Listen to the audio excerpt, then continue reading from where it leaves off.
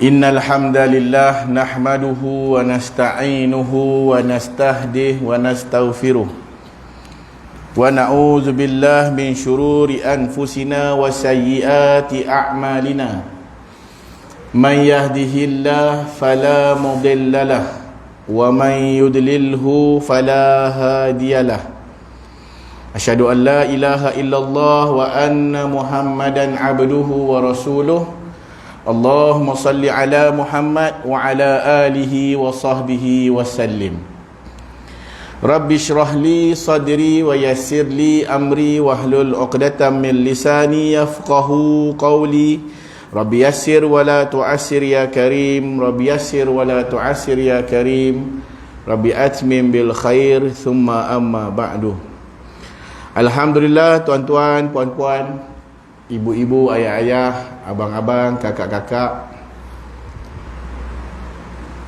adik-adik, anak-anak yang dirahmati Allah sekalian. Apa khabar semua?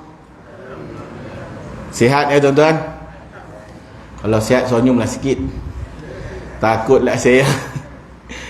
Syukur kita kepada Allah Subhanahu Wa Taala. Marilah kita sama memperbesarkan syukur kita, melebarkan syukur kita, kerana masih lagi ada ruang dan peluang untuk kita melakukan ketaatan kepada Allah Subhanahu Wa Taala.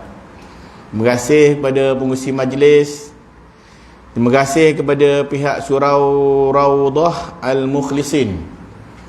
Baik nama dia, Taman Orang-Orang yang Ikhlas. Betul tak tuan-tuan Taman Orang Ikhlas, subhanallah. Terima kasih di atas jemputan, di atas ruang yang diberikan. Mudah-mudahan sedikit sebanyak membantu kita meningkatkan semangat untuk beribadah pada Allah Subhanahu Wa Taala. Oleh kerana pertama kali saya kenalkan diri dulu, boleh ke tuan-tuan Pertama kali ni kan. Mudah-mudahan lepas ni jadi asbab silaturahim yang lebih lama, lebih panjang, insya-Allah. Nama saya Muhammad bin Mohsin. Muhammad bin Mohsin. Saya lebih dipanggil dengan panggilan Cik Mat atau Ustaz Cik Mat. Saya sendiri yang menamakan dia sebagai Cik Mat. Sebab kalau saya tak boh Cik Mat, orang panggil saya Ustaz Mohsin. Padahal tu abah saya.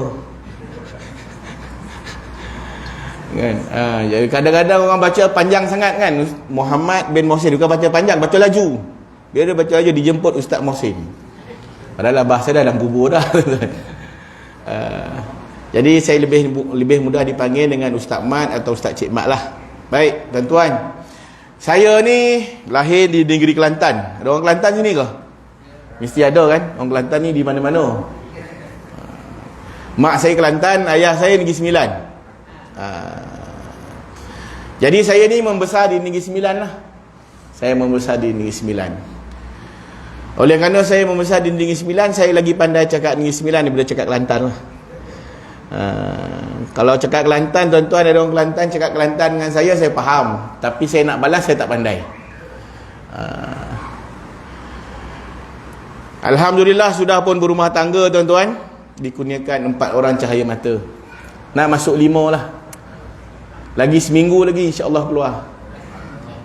Kalau ikut due date hospital bagilah. Kan?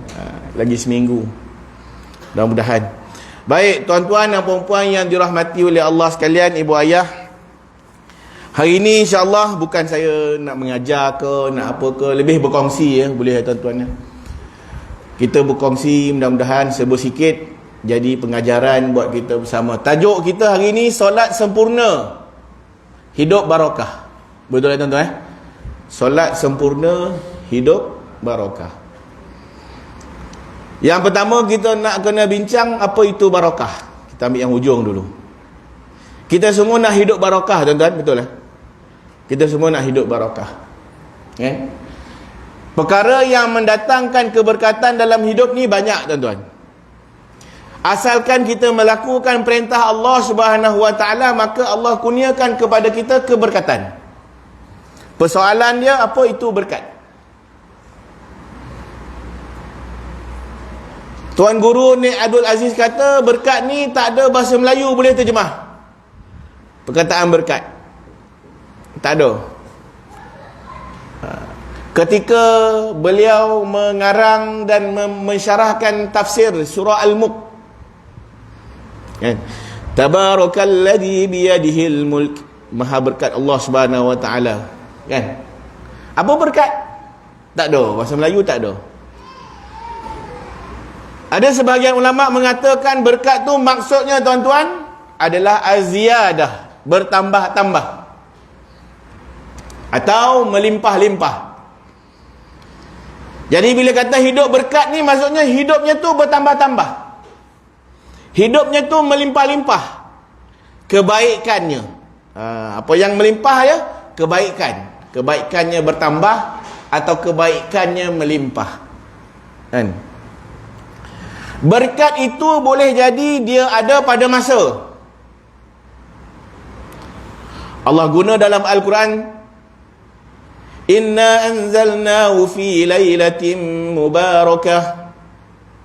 Sesungguhnya Allah menurunkan Al-Quran pada malam yang berkat. Jadi berkat tu boleh jadi ada pada masa malam berkat. Boleh jadi ada pada tempat, tuan-tuan.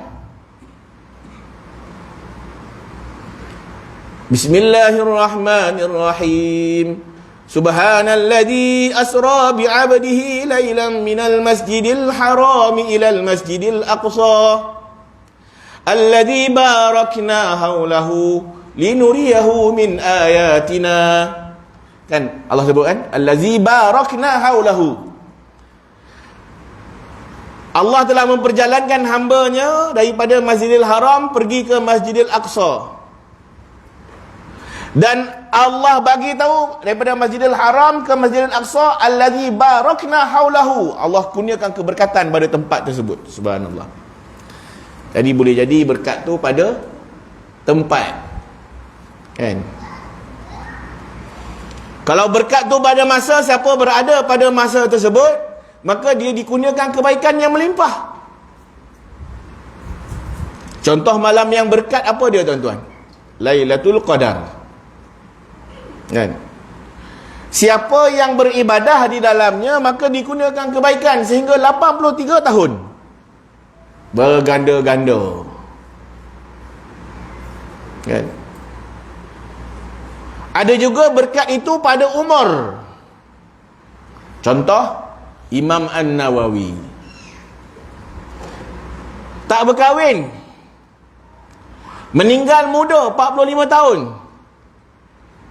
Tapi walaupun meninggal muda, beliau meninggalkan kepada kita jasa dari sudut penulisan kitabnya yang masih lagi digunakan sampai sekarang. Maka dia dikurniakan barakah pada umurnya.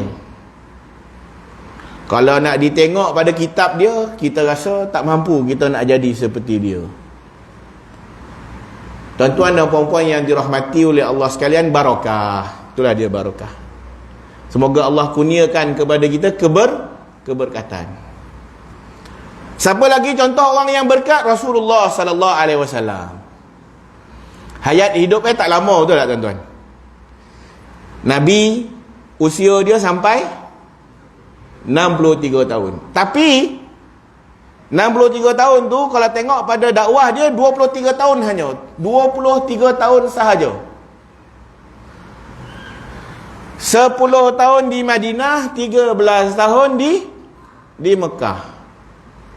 Walaupun usia dakwah Nabi tu 23 tahun sahaja, tetapi dikurniakan keberkatan oleh Allah, berkekalan sampai pada kita hari ini. Betul, tuan-tuan? Bahkan melebar, pejuangnya bertambah, pendakwahnya bertambah. Subhanallah. Tuan-tuan dan puan-puan yang dirahmati Allah sekalian, jadi kita nak hidup kita barakah lah, tuan-tuan, berganda-ganda. Boleh jadi juga barakah itu ada pada rezeki. Kita hari-hari baca doa, Allahumma barik lana fima razaqtana. Betul Kita minta, ya Allah, kurniakanlah pada aku berkat pada rezeki yang telah Engkau bagi, pada makan yang Kau bagi. Makan, berkat. Apa tanda makan berkat? Sikit, konyang. Betul tak tuan-tuan? Itu berkat. Ada orang tak cukup, dia kena ambil orang lain punya. Tak cukup. Orang tak cukup. Bukan saja makan sikit konyang, bahkan makan itu meningkatkan ibadah. Itu barakah. Ada makan, makan tidur. Kan? Langsung tak ingat dah apa-apa. Kan? Ada orang makan, makan sakit. Ada tak tuan-tuan? Ada. Contoh gaut. Saya sebut sebab saya ada gaut. Bukan kita minta tuan-tuan, Allah bagi. Kan? Keturunan. Saya mula-mula saya balik tuan-tuan dan puan, balik belajar main. Lepas setahun gaut. Saya balik 2009. Dia punca tuan-tuan. Masa belajar dulu, Arab ni dia tak makan ekor lembu, dia tak makan. Jadi kawan saya ni setiap minggu boleh ekor lembu. Bayangkanlah tuan-tuan. Sebab Arab ni dia akan sembelih lembu, lepas tu dia akan simpan ekor. Sebab dia tahu ada budak Melayu akan beli. So contohnya satu hari dia akan sembelih ekor. Satu minggu dia akan 5 ke 7 ekor lembu ada. Ekor tu ada. Arab tak makan. Yang beli budak Melayu. Jadi kawan saya ni setiap minggu akan bawa balik 3 batang ke, 4 batang ke. Murah pula, sebatang tu RM5. Bayangkanlah tuan-tuan. Saya ni dekat sini, sebelum saya belajar dulu, ayah saya tak pernah ajar makan sup ekor. Maksudnya dia tak ni lah, dia bukan jenis macam tu kan. Tapi sampai tu, sedap juga ekor ni. Lepas tu dah macam Sanun setiap minggu makan ekor tuan-tuan. Balik sini cari ekor lah. Lepas tahun kono. Kan, doktor tanya terus je. Ayah ada gaut dah? Ada. Lepas tu saya cakap, doktor bukan ayah saya, atuk saya, ayah saya, pakcik saya, makcik saya. Semua ada. Kan? Baik, kembali kepada cerita, ada dikurniakan barakah. Ada makanan yang Allah bagi makan, sihat. Betul tak tuan-tuan? Ada barakah. Jadi tuan-tuan dan puan-puan yang dirahmati oleh Allah sekalian, maka di sini kita nak mencari keberkatan dalam hidup kita. Kerana bila dikurniakan keberkatan, hidup kita ringan tuan-tuan. Bila dikurniakan keberkatan oleh Allah, hidup ringan, mudah. Agak-agak kalau hidup kita ringan, mudah, sadap tak sadap tuan-tuan? Sadap. Gaji kecil, tapi mencukupi. Sedekah boleh, beli rumah ada, beli kereta ada, anak belajar bagus, sambung belajar universiti, cukup kan. Dapat pula poya haji. Gaji kecil, 2,500, 3,500 mungkin, tapi dikurniakan keberkatan oleh Allah Subhanahu wa Ta'ala. Yang tu yang kita nak cari dalam hidup kita tuan-tuan. Nak mencari keberkatan. Tuan-tuan dan puan-puan yang dirahmati oleh Allah sekalian. Jadi nak mencari keberkatan ni nak cari dekat mana? Subhanallah tuan-tuan dan puan-puan, tanpa kita sedar, amal yang kita buat setiap hari ni boleh mengundang keberkatan dalam hidup kita. Amal yang kita buat setiap hari, yang kita bangun pagi-pagi buta tu, pukul 5.30 dah bangun, pukul 5 pagi dah bangun, terkojar-kojar pergi surau, pergi masjid. Yang kita sungguh-sungguh datang surau setiap hari, yang kita buat sampai 5 kali sehari, kita tambah pula dengan yang sunatnya, rupa-rupanya di situ ada keberkatan. Keberkatan. Tuan-tuan dan puan-puan yang dirahmati oleh Allah sekalian, solat tu dia jangan tengok semata-mata atas dunia. Kita akan rasa ponek sembahyang ni. Solat jangan tengok pada perbuatan solat tu atas dunia kita akan rasa berat. Tapi apabila melihat penantiannya di hari akhirat, maka solat akan mendatangkan keringanan. Sebab itu tuan-tuan dan puan-puan, ada anak-anak kena selalu pesan pada anak-anak kelebihan mendirikan solat. Kena selalu cerita keutamaan mendirikan solat. Ini masalah anak remaja kita hari ini, tuan-tuan. Saya ni ceramah dah lebih 500 buah sekolah seluruh Malaysia, tuan-tuan. Saya ni kalau tuan-tuan tanya saya ceramah masjid surau mana, tak banyak. Memang tak banyak. Tapi sekolah paling banyak, tuan-tuan. Saya ceramah sekolah ni dah lebih 500 buah sekolah. Saya dah jumpa lebih, saya boleh kata lebih 200,000 pelajar, tuan-tuan. Program saya paling besar tu kat Stadium Nilai. Saya buat 4,200 pelajar datang. Stadium tertutup Nilai. Nah, tahun 2018 ke 19 lah. Tuan-tuan. Masa saya jumpa, masa saya nak, bukan nak kata besar diri tak. Saya jumpa pelajar lagi ramai.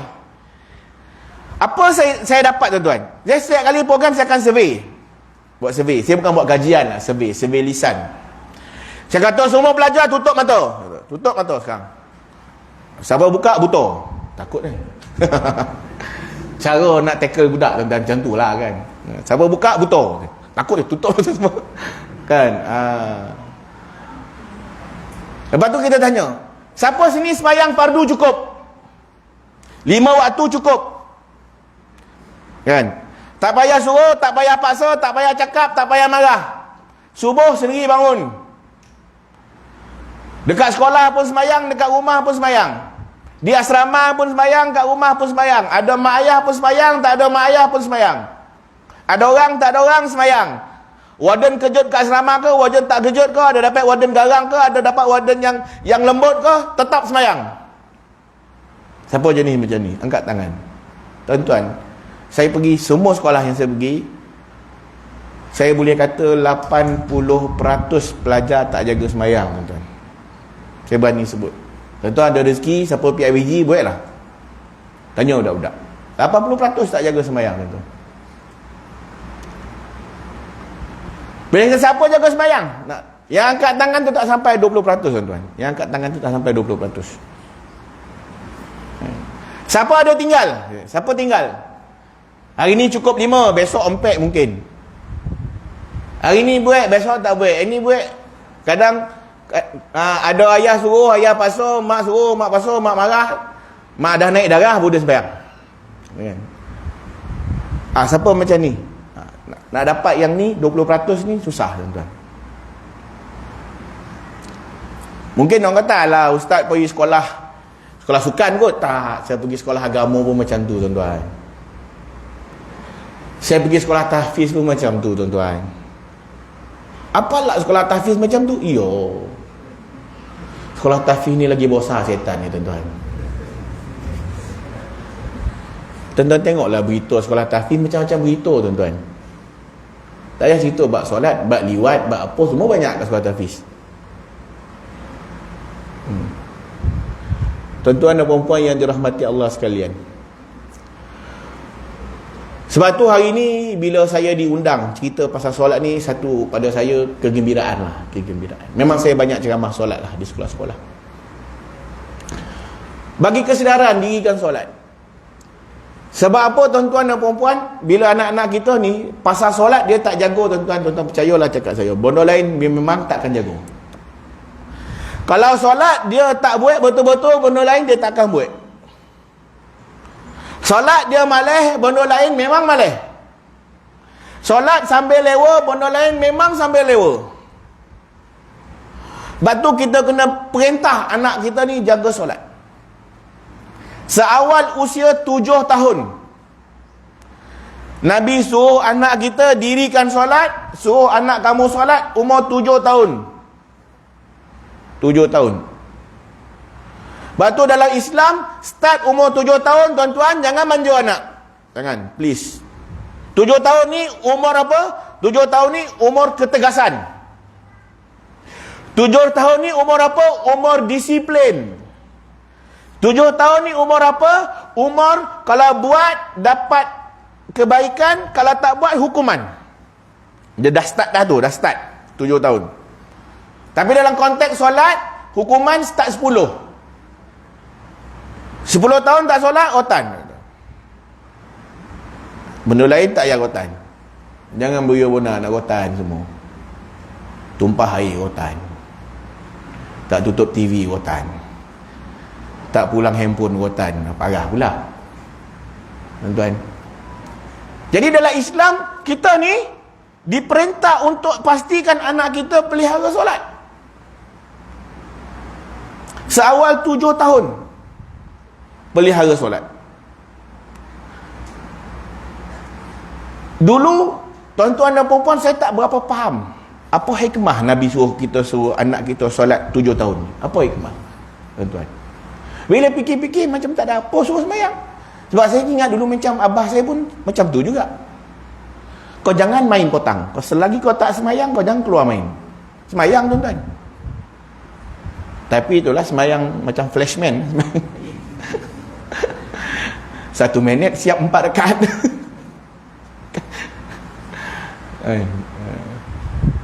Tuan-tuan dan puan-puan yang dirahmati Allah, sebab di sebalik perintah solat tu rupa-rupanya ada makna besar. Kenapa Nabi suruh anak kita belajar sembahyang? Nabi suruh perintah anak umur 7 tahun sembahyang. Sebab kalau umur 7 tahun dia dah suruh sembahyang, maksudnya anak tu dah mula belajar pasal apa? Pasal taharah. 7 tahun anak dah mesti belajar pasal taharah.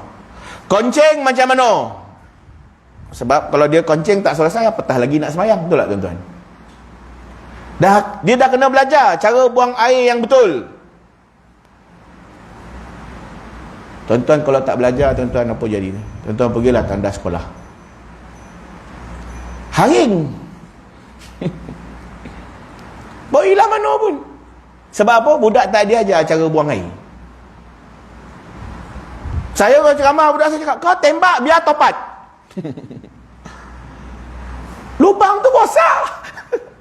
Nak ajar betul. Maksudnya dalam Islam, kenapa suruh perintah solat ni? Sebab di sebalik solat ada taharah. Buang air dengan betul. Buang air jangan kena pakaian. Buang air bagi habis.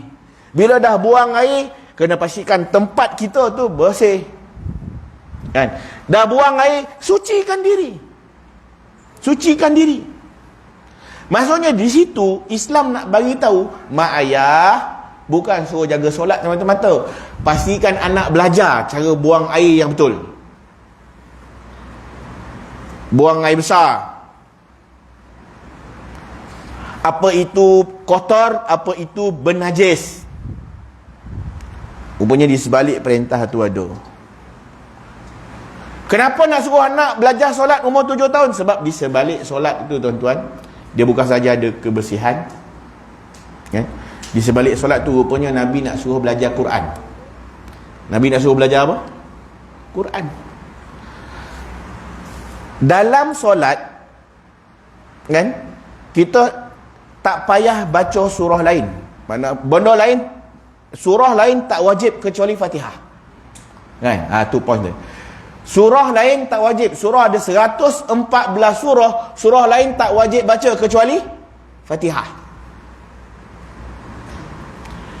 Satu-satu surah yang wajib baca.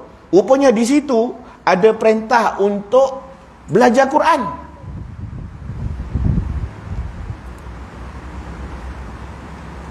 Jadi tuan-tuan dan puan-puan yang dirahmati oleh Allah sekalian, apabila anak kita ni dia pelihara solat baik-baik, tuan-tuan dan puan-puan yang dikasihi sekalian, maka dia akan membentuk peribadi yang baik. Yang tu yang datang barakah tu, tuan-tuan. Selepas tu baru datang barakah. Tiba kita tengok bilik dia kemas, bersih, dia ada peribadi yang baik, disiplin. Sebab solat dia jaga. Solat disiplin, tuan-tuan. Dia akan datang peribadi amanah. Kan? Amanah. Dia tahu pikul amanah dekat sekolah belajar, balik rumah siap orang kerja sekolah. Kan? Amanah. Dia datang disiplin, dia datang amanah, dia datang sifat memelihara waktu. Subhanallah. Tuan-tuan dan puan-puan yang dirahmati Allah sekalian. Sebab itu kita kena selalu sebut pada anak-anak kita pasal keutamaan, pasal kelebihan memelihara solat. Tuan-tuan dan puan-puan yang dirahmati Allah sekalian, hari akhirat nanti tuan-tuan, Allah sediakan pada kita insya-Allah nanti ada 8 pintu syurga. Ada 8 pintu syurga untuk kita masuk mana-mana pintu. Pintu yang pertama apa tuan-tuan?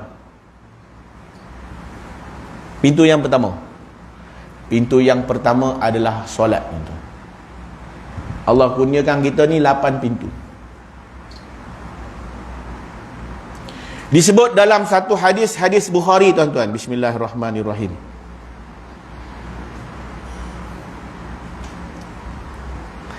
Nabi sebut kepada Abu Bakar.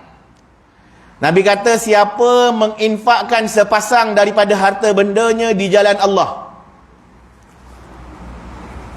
maka dia akan diseru daripada pintu-pintu syurga. Pintu akan berkata, wahai hamba Allah, ini adalah satu kebaikan. Kemudian Nabi kata, siapa yang terdiri daripada kalangan orang yang mendirikan solat, dia akan diseru daripada pintu solat. Siapa yang terdiri daripada kalangan orang yang berjihad, dia akan diseru daripada pintu jihad. Siapa yang terdiri daripada kalangan orang berpuasa, dia akan diseru daripada pintu puasa, iaitu Ar-Rayyan. Dan siapa yang terdiri daripada kalangan orang yang suka bersedekah, maka dia akan diseru daripada pintu sedekah. Abu Bakar dengar ni, Abu Bakar rasa seronok. Lalu Abu Bakar pun kata, bertanya kepada Nabi, demi ibu bapaku yang menjadi tebusanmu, wahai Rasulullah, tidak adakah orang yang akan diseru daripada mana-mana pintu? Maka Nabi jawab, ya, aku berharap engkaulah orangnya. Jadi tuan-tuan dan puan-puan yang dirahmati Allah sekalian, hadis ni kita faham apa dia? Hari akhirat nanti akan ada 8 pintu untuk kita ni, tuan-tuan. Ada 8 pintu.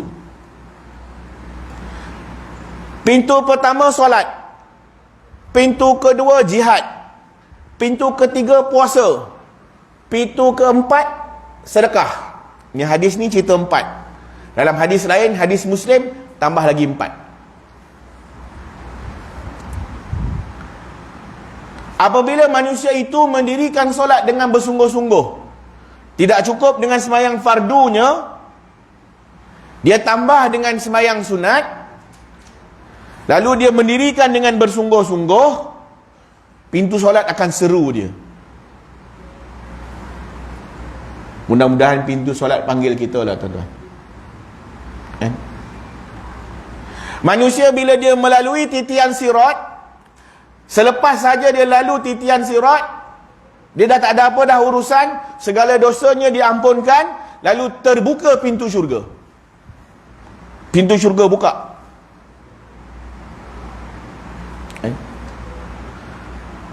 Lalu pintu syurga ni panggil dia. Ali. Ada Ali ke dalam ni? Tak ada kan? Abu. Kan? Sulaiman ada? Sulaiman tak ada Ismail tak ada panggil, dia akan panggil kita, menyebut-nyebut, mari sini, kau pintu kau sini. Tapi kalau semua dia buat, solat pun buat, jihad pun buat, zakat pun buat, sedekah pun buat, puasa pun buat, semua pintu panggil dia. Tuan-tuan dan puan-puan, setelah itu bila manusia dah melalui titian sirat ini, semua pintu terbuka, panggil. Bahkan malaikat-malaikat yang menjaga pintu tu pun panggil. Sebab nak menyambut, ini ahli aku ni. Ni untuk kau, mari sini, masuk. Tuan-tuan dan puan-puan yang dirahmati Allah sekalian, pada hari akhirat nanti, tuan-tuan, selepas kita semua dibangkitkan oleh Allah Subhanahu wa taala. Selepas ditiup sangkakala yang kedua, manusia semua bangkit. Bangkit lalu berhimpunlah kita di satu padang yang disebut sebagai mahsyar. Padang mahsyar. Berhimpun bilion umat manusia daripada Nabi Adam sampai yang last kali mati kiamat. Semua berhimpun, berbilion-bilion. Sekarang manusia berapa bilion ya sekarang? Yang sekarang ya. Tahu tak? Tak tahu. Ada 12 bilion tak? Tak tahu lah kot. Malaysia aja 30 juta kan.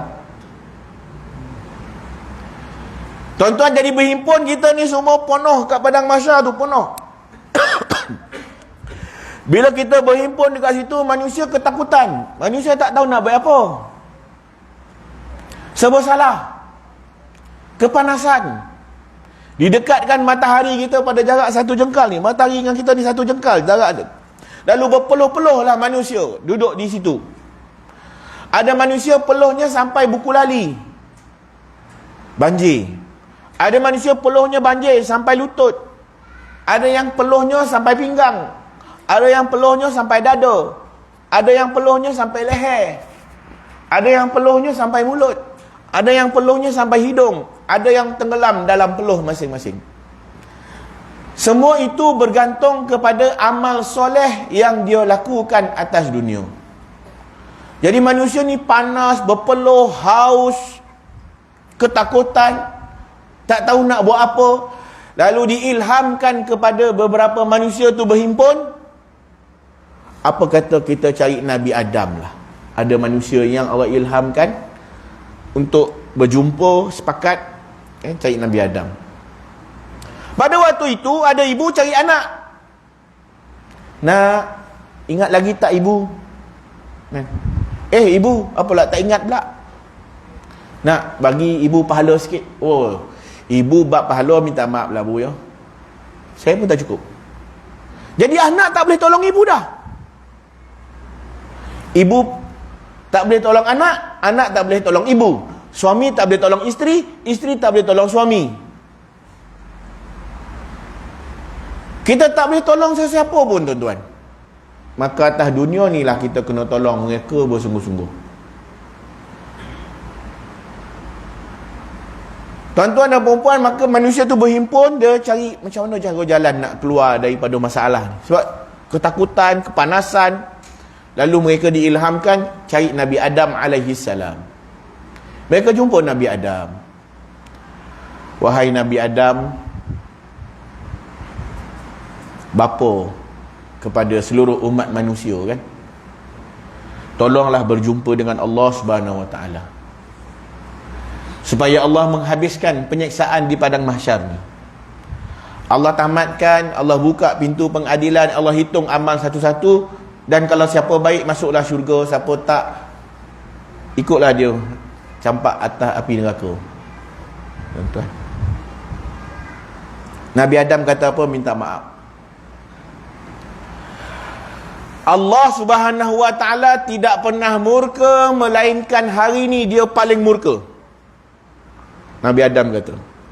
Waktu lain Allah murka juga, tapi hari ni paling murka. Jadi aku tak berani jumpa, aku ni banyak dosa. Kau cari Nabi lain. Jadi dia orang cari Nabi lain. Cari. Setiap Nabi kata minta maaf, aku tak layak minta maaf. Allah sangat murka, hari ni dia marah betul, aku tak berani jumpa. Kau cari Nabi lain. Satu sampai Nabi Isa. Nabi Isa pun kata minta maaf, aku ni banyak dosa. Tolonglah, aku ni tak layak. Apa kata kau cari Nabi Muhammad sallallahu alaihi wasallam. Lalu mereka cari sampai mereka jumpa dengan Nabi Muhammad sallallahu alaihi wasallam. Mereka kata pada Rasulullah, ya Rasulullah, engkau ini sayyidul anbiya. Engkau inilah penghulu segala nabi. Apalah kiranya kau jumpa dengan Allah Subhanahu wa taala, minta Allah buka pintu pengadilan. Apa jawab Rasulullah sallallahu alaihi wasallam? Nabi kata, ana laha. Maksudnya akulah yang ditugaskan untuk itu. Akulah yang sebenarnya ditugaskan untuk itu. Nabi lain minta maaf. Sampai kat Nabi Muhammad, ya, aku. Kerja tu memang kerja aku. Ini yang disebut sebagai apa, tuan-tuan? Al-wasilah. Ini yang disebut sebagai al-wasilah, yang kita setiap hari doa dalam azan. Doa azan kan? Allahumma rabba hadhihi ad-da'wati tammah was-salatil qa'imah ati sayyidana Muhammadanil wasilah. Kurniakanlah kepada Nabi Muhammad al-wasilah wal fadilah wasyarafa wad darajatal aliyatar rafi'ah wa ba'athul maqamam mahmudanil lazi wa'adtah. Kurniakanlah kepada Nabi Muhammad itu wasilah. Sebab itu Nabi kata, apabila kamu dengar azan, jawablah azan. Dan selawatlah kepada aku. Dan berdoalah semoga aku dikurniakan wasilah. Siapa yang berdoa untuk aku dikurnia wasilah, dia berhak dapat syafaat hari akhirat. Tuan-tuan. Nabi kata, bila kamu dengar azan, jawab azan. Jawab seperti mana azan tu dilaungkan. Kecuali hayya ala salah, hayya ala falah. Habis tu selawat. Kemudian berdoa dengan doa azan, dan Nabi kata siapa yang bermohon pada Allah, aku dikurniakan wasilah, dia berhak dapat syafaat. Jadi kita lepas ni dengar azan, kat mana pun jawab. Kalau ada anak sama-sama, suruh diam. Jawab azan. Sampai habis, doa untuk Rasulullah sallallahu alaihi wasallam. Azan betul ni. Dia diam kan? Oh, belum? Berapa minit?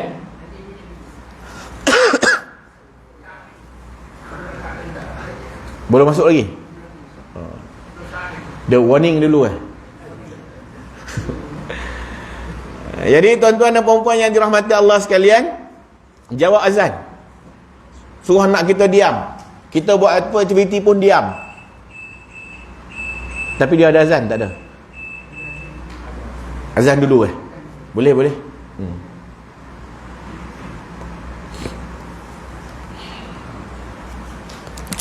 Sila, sila. Kau pakai mic lain okay.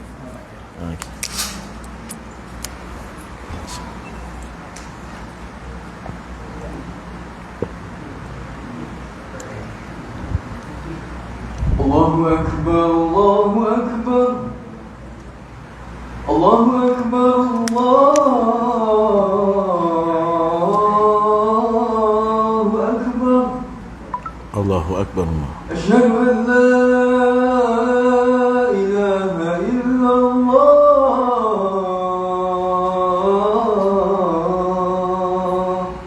Asyhadu an la Asyhadu an la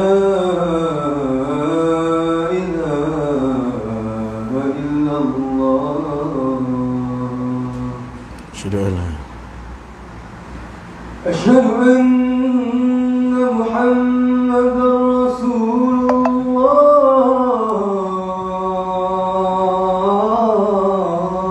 الله أشهد أن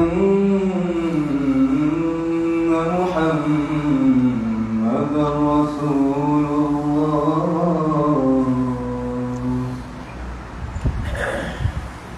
حي على الصلاة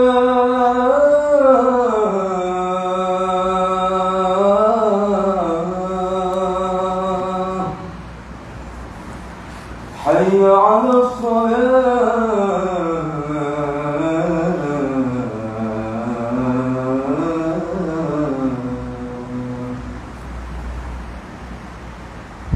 حي على الفلاح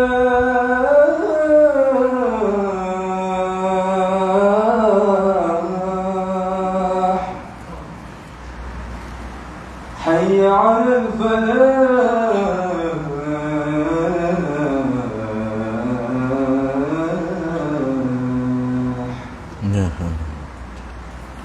الله أكبر الله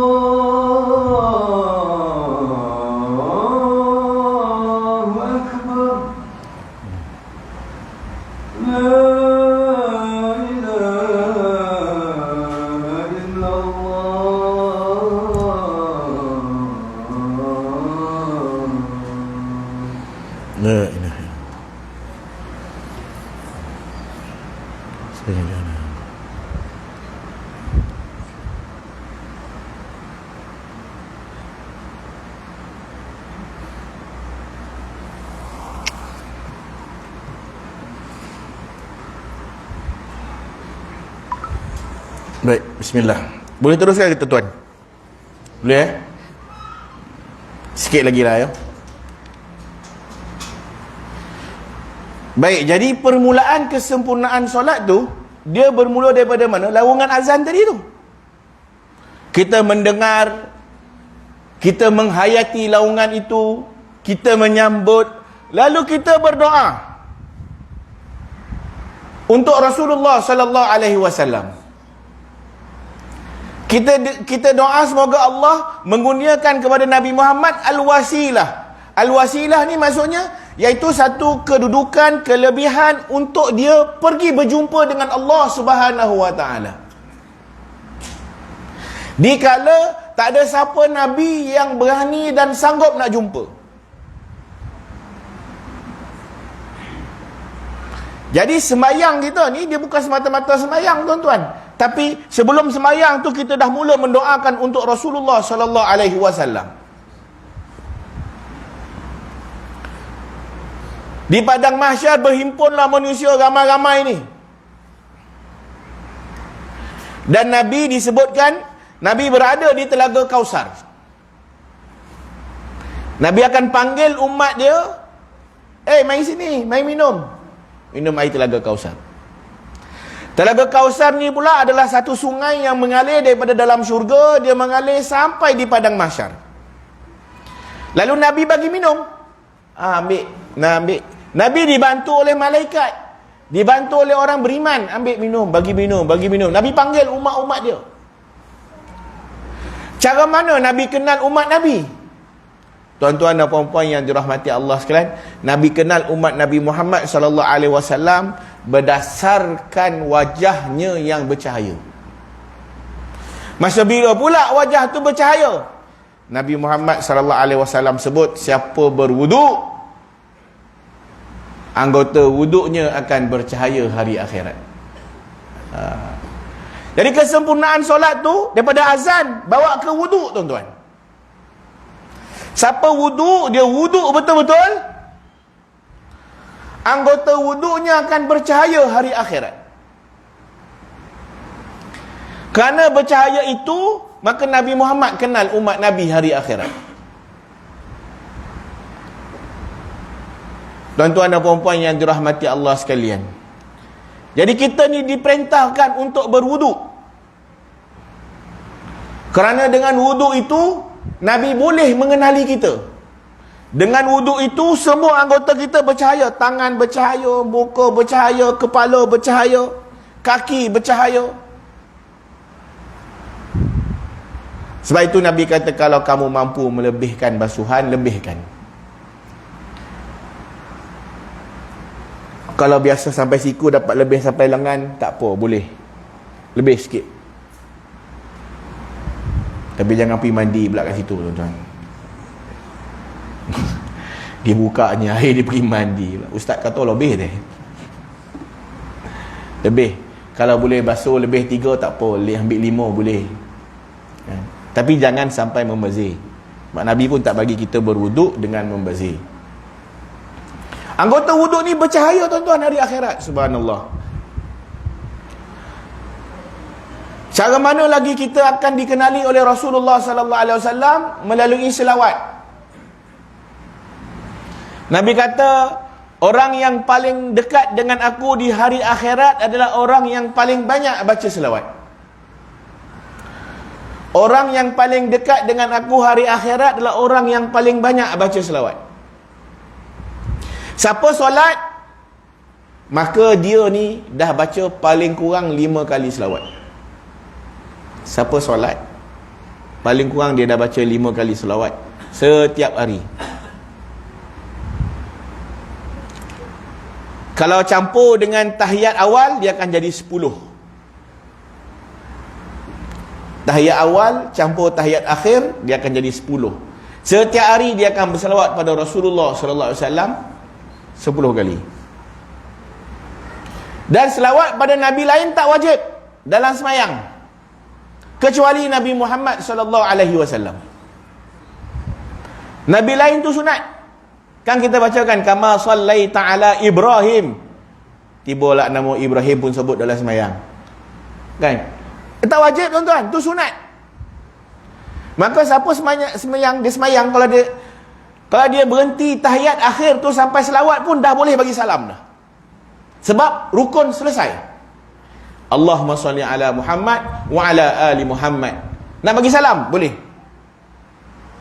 Rukun selesai, semayang sah. Kalau dia tambah sampai Ibrahim, pahala lebih. Sebab Ibrahim ni Khalilullah, kekasih Allah Subhanahu wa ta'ala. Tuan-tuan dan puan-puan, siapa banyak selawat, dia akan dekat dengan Rasulullah sallallahu alaihi wasallam. Maka bila dekat, kita beroleh syafaat.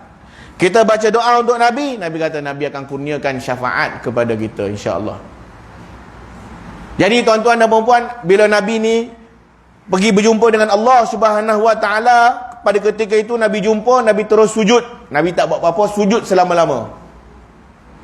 Sehingga diperintahkan oleh Allah, Muhammad bangkit, minta apa kau nak sekarang. Lalu apa Nabi Muhammad minta? Ya Allah, sudilah kiranya kalau boleh dibuka pintu pengadilan. Hitunglah amal manusia ni. Lalu Allah pun membuka pintu pengadilan. Dihitung manusia satu persatu.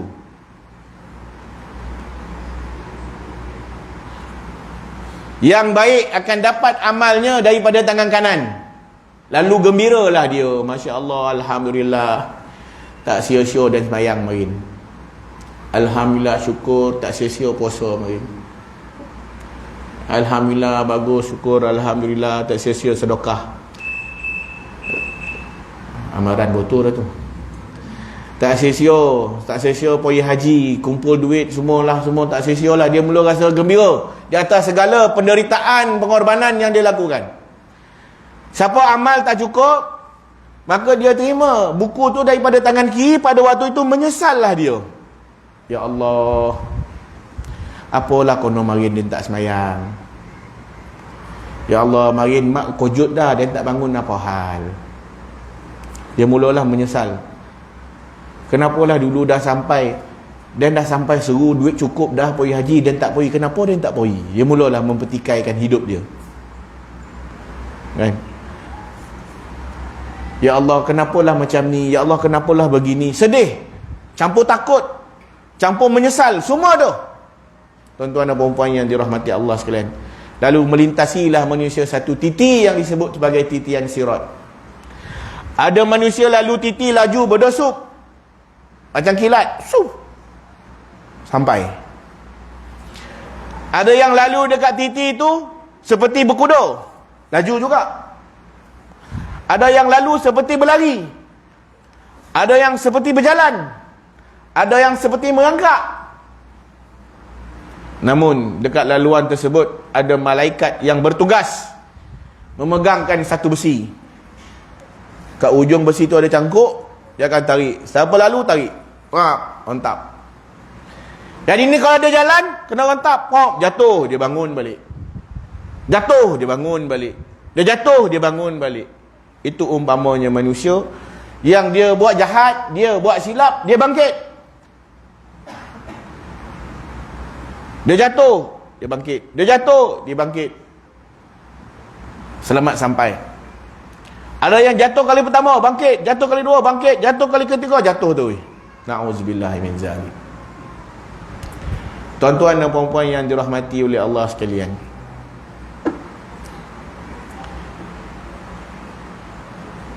maka bila manusia dah habis lintas titian sirat, terbuka pintu-pintu syurga. Pintu pertama tadi, solat. Mari sini, kau orang yang solat, mari sini. Malam kau pun bangun, duha kau semayang, semayang sunat kau semayang, semayang fardu apatah lagi, mari sini. Mari sini, kau musafir pun kau tak tinggal semayang, time sakit pun kau semayang. Mari sini. Ada orang dipanggil dengan pintu jihad. Ada orang dipanggil dengan pintu puasa, selalu dia puasa. Puasa Ramadan dia cukup, dia tambah puasa sunat, dia tambah dengan puasa puasa hari putih, dia tambah macam-macam puasa, semua puasa dia buat. Orang dipanggil dengan pintu sedekah, zakat dia bayar, sedekah dia bayar, ada salah, ada peluang sedekah, dia sedekah. Imam Muslim menambah ada 4 pintu lagi tuan-tuan dan puan-puan yang dirahmati Allah sekalian. Pintu yang kelima namanya pintu menahan marah. Rupanya ada satu pintu syurga untuk orang yang tahan marah. Sebab menahan marah ni susah tuan-tuan. Oh ya Allah. Kadang orang kita ni bongi kan, betul tak? Kat traffic light bongi. Baru nyala hijau dah pin belakang tin. Kan? Baru nyala kejap ni. Bongi. Dengan suami jangan bongi kak-kak. Sebab kadang ada orang dia baik dengan orang luar tak? Dengan orang luar dia baik. Tapi dengan laki sendiri, atau laki ni dengan suami, dengan isteri sendiri, bongi je. Kalau cakap tu naik je suara. Dia dengan anak orang dia baik, konon dengan anak dia jahat. Bukan jahat, mulut dia keluar je. Dia kasar, terus kasar. Sebab tu Nabi kata khairukum khairu li ahlihi. Orang yang terbaiklah orang yang terbaik pada keluarga dia. Sebab nak buat baik pada keluarga susah tuan-tuan. Ada orang dia boleh baik dengan makcik melintas jalan, dia boleh tolong makcik tu. Kan? Kat kedai ada makcik tu terkial-kial cari duit siling tadi. Tak apa-apa makcik saya bayarkan. Makcik lain dia boleh tolong. Mak dia belum tentu dia tolong. Dengan mak dia belum tentu dia cakap baik. Dengan mak dia belum tentu dia boleh sembang. Dia duduk kat sini dia boleh sembang dengan pakcik-pakcik ada sini. Dengan mak dia kat rumah, dengan ayah dia kat rumah belum tentu dia boleh sembang. Sebab tu tuan-tuan dan perempuan, menahan marah ni benda susah. Menahan marah. Pintu kelima, pintu keenam apa dia? Pintu redha. Redha. Siapa redha hidup ni insya-Allah masuk syurga.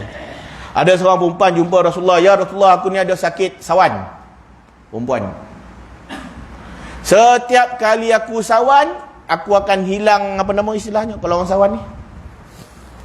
Dia hilang waras sikit lah kan. Dia macam tak sedar apa semua. Lalu dia kata, aku terbuka aurat aku. Tolonglah ya Rasulullah, doakan aku. Semoga aku sembuh sakit sawan. Nabi kata, aku boleh doakan kau. Tapi kalau kau sabar, kalau kau redha dengan penyakit kau, masuk syurga. Kau pilih. Tanpa Rasulullah, aku redha. Nampak? Balasan untuk orang yang ditimpa musibah. Dapat musibah, alhamdulillah. Syukur. Terima. Terima apa saja ujian yang diberi kepada kita, orang ni layak masuk syurga tuan-tuan. Tapi terima bukan maksud tak apalah dah jadi. Bukan macam tu tuan-tuan. Anak fail tak apalah. Tuition tak nak hantar, buku dia tak nak beli. Tak apalah anak tu fail. Kan? Tak boleh. Redha ni kan, dia bukan sampai macam tu, dia kena ada usaha juga tuan-tuan. Tak usaha tak dapat juga baru redha. Tak usaha macam mana? Tak kono pula. Tuan-tuan dan puan-puan, pintu yang ke-6 tadi marah, pintu yang ke-7 redha, pintu yang ke-8 yang ke-5 menahan marah, yang ke-6 redha. Yang ke-7 namanya babul aiman, pintu kanan. Pintu kanan ni siapa dia tuan-tuan? Untuk orang yang mati masuk syurga tanpa perlu dihisap. Dia mati masuk syurga, dia terus masuk syurga. Subhanallah. Dia tak perlu dihisap. Antaranya orang yang mati syahid dalam perperangan. Sahabat-sahabat kita, saudara mara kita di Palestin. Kan? Budak-budak 6 tahun, 7 tahun mati. Tak ada sebab. Tiba-tiba sampai bom mati. Pakcik-makcik, tak ada sebab. Kan? Tengah duduk dalam rumah tidur mati. Kan? Termasuk juga ada orang yang mati syahid kebakaran. Kan? Kebakaran. kemalangan, mati melahirkan anak, ini mati-mati syahid, yang akhirnya tak perlu dihisap, terampun semua dosa, masuk. Dan last sekali pintu taubat. Subhanallah, pintu taubat. Pintu syurga yang disediakan untuk orang yang bertaubat pada Allah Subhanahu wa taala. Taubat ni, kalau Imam An-Nawawi kata, dua, dengan Allah, dengan manusia. Selesai dua-dua. Sebab kalau dengan Allah selesai, dengan manusia tak selesai pun tak boleh masuk syurga. Sebab ada orang yang muflis hari akhirat, tuan-tuan. Dia muflis. Nabi tanya sahabat, atadru namal muflis? Kau tahu tak siapa orang muflis? Sahabat kata, al-muflis fina man la dirhaman lahu wala mata'. Orang muflis ni orang tak ada duit dirham, tak ada harta. Tapi Nabi kata, sebenar muflis adalah orang yang datang hari akhirat, sembahyang cukup, puasa cukup, haji cukup, tapi dia buat jahat dengan orang. Mulut tak jaga, suka pukul orang, suka buat jahat pada orang. Lalu manusia menuntut pahala daripada dia sampai habis pahala, lalu ditambahkan pula dosa orang pada dia sampai dosanya meningkat. Inilah orang yang muflis pada hari akhirat. Tuan-tuan dan puan-puan yang dirahmati oleh Allah sekalian, apakah kita layak nak masuk semua pintu syurga? Sebagai penutup, tuan-tuan dan puan-puan yang dirahmati Allah sekalian, saya nak sebut satu hadis Nabi SAW.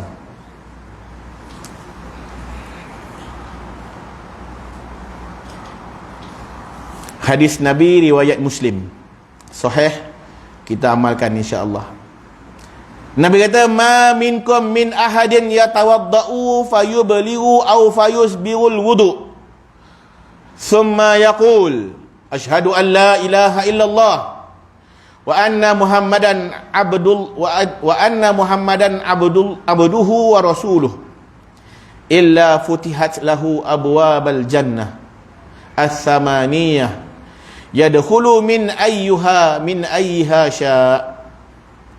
Nabi kata, tidak adalah seorang kamu itu yang berwuduk dan memenuhi kesempurnaan wuduk, kemudian dia pun membaca doa asyhadu an la ilaha illallah wa anna muhammadan abdullahi wa rasuluh, kecuali akan dibuka baginya pintu-pintu syurga yang 8. Dia berhak masuk daripada mana-mana pintu yang dia mahu.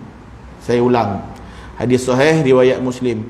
Tidak adalah seorang kamu yang berwuduk dan memenuhi kesempurnaan wuduk, kemudian dia berdoa asyhadu an la ilaha illallah wa anna muhammadan abdullahi wa rasuluh, kecuali akan dibuka baginya pintu syurga yang 8. Dia berhak masuk daripada pintu mana-mana yang dia mahu. Tuan-tuan dan puan-puan, Nabi kata, siapa yang berwuduk dan dia sempurnakan wuduknya, sempurna, 6 rukun wuduk sempurna, ambil baik, kan? Siapa ada anak, ajar anak ambil wuduk betul-betul, jangan ambil wuduk laju-laju. Kadang ada budak ni, tuan-tuan, ambil wuduk laju-laju, tak apa nak kerja tak tahu, kan? Kalau ada anak ambil wuduk, duduk belakang dia tengok. Kadang dia basuh tangan cenyah ya, tuan-tuan, tak kono, dia ambil ni apa macam tu ya. Tengok anak-anak ambil wuduk. Siapa ambil wuduk dengan sempurna, lepas tu dia pun baca apa dia? Dia baca syahadah ya, tuan-tuan. Asyhadu an la ilaha illallah wa anna muhammadan abduhu wa rasuluh. Maka Nabi kata, orang ini layak untuk masuk pintu syurga yang 8. Dia boleh masuk mana-mana pintu yang dia nak. Subhanallah. Ini pengajaran untuk kita, tuan-tuan. Lepas ni kita sempurna wuduk kita, sempurna. Lepas tu baca doa wuduk. Doa wuduk kita baca biasa panjang kan, syahadu an la ilaha illallah wa anna muhammadan abduhu wa rasuluh, Allahumma ja'alni minat tawwabin wa ja'alni minal mutatahhirin wa ja'alni min ibadikas salihin. Boleh, tak ada masalah, kan? Sungguh-sungguh. Lepas itu sembahyang. Jangan ambil wuduk je tak sembahyang, parah juga. Dia datang, dia ambil wuduk, orang sembahyang dia balik. Ini ajaran sesat ni, tuan-tuan. Sebab tidak ada pasangan pada wuduk melainkan mendirikan solat. Jadi sekadar itu saja, tuan-tuan dan puan-puan yang dirahmati oleh Allah sekalian. Semoga Allah Subhanahu Wa Taala bantu kita masuk ke dalam syurga Allah Subhanahu Wa Taala, tuan-tuan. Itulah keberkatan yang sebenarnya, tuan-tuan. Itulah keberkatan yang sebenar, kan? Dan kita sempurnakan solat kita bermula daripada sebelum solat lagi. Bab taharahnya kita, bab wuduknya kita, bab mendengar panggilan azannya kita. Kita baca pula doa wuduk, kemudian sambung dengan sembahyang dengan bersungguh-sungguh, insya-Allah Allah ampun dosa kita dan Allah panggil kita daripada pintu solat. Dan kerana berkat kita berwuduk dan berdoa itu, mudah-mudahan kita ni layak masuk semua pintu syurga Allah Subhanahu Wa Taala. Sekadar itu sahaja, tuan-tuan puan-puan yang dirahmati oleh Allah sekalian. Ada rezeki, ada peluang, insya-Allah kita jumpa lagi, tuan-tuan. Minta ampun, minta maaf kalau ada terkasar bahasa, terlanjur bicara. Mudah-mudahan tuan-tuan dan puan-puan tu jadikan sebagai sempadan. Aqulu ma la tasma'un wa astaghfirullah li wa lakum. Wassalamualaikum warahmatullahi wabarakatuh.